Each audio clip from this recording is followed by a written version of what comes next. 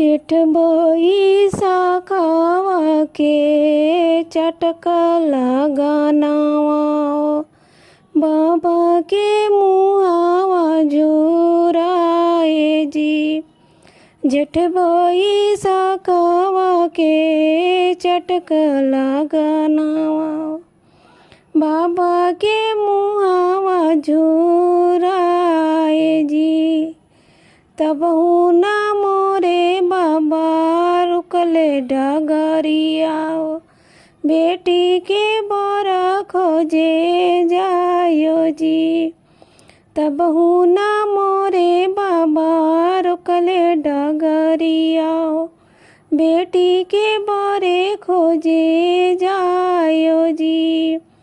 बर खोजाई बाबा हो घर में वटले मुँह मम्मी पूछेली अर थाई जी। बर खोजाई बाबा घर होला वटले मम्मी पूछेली अर थाई जी।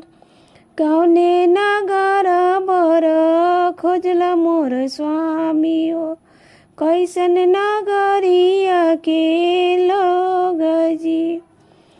कौने नगर बर खोजला मोरे स्वामी हो कैसन नगरिया के लोग जी। पूरब गईली धनी पश्चिम गईनी हो खोजी आईनी उत्तर दक्षिण देश जी। पूरब गईनी धनी पश्चिम गईनी हो खोजी आईनी उत्तर दक्षिण देश जी। एही रे नगरिया के सांवरे लोगवा हो सबही जे मांगेला दहेज जी।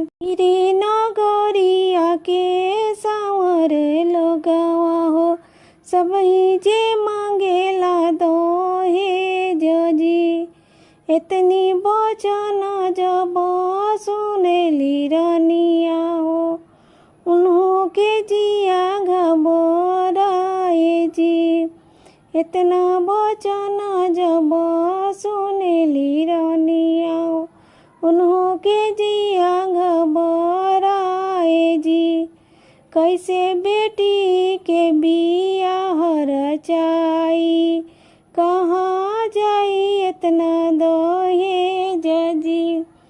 कैसे बेटी के बियाह रचाई कहाँ से आई इतना दहेज जी। इतनी वचन सुनी स्वामी समझावेल कह धनी कइलू मन उदास जी। कह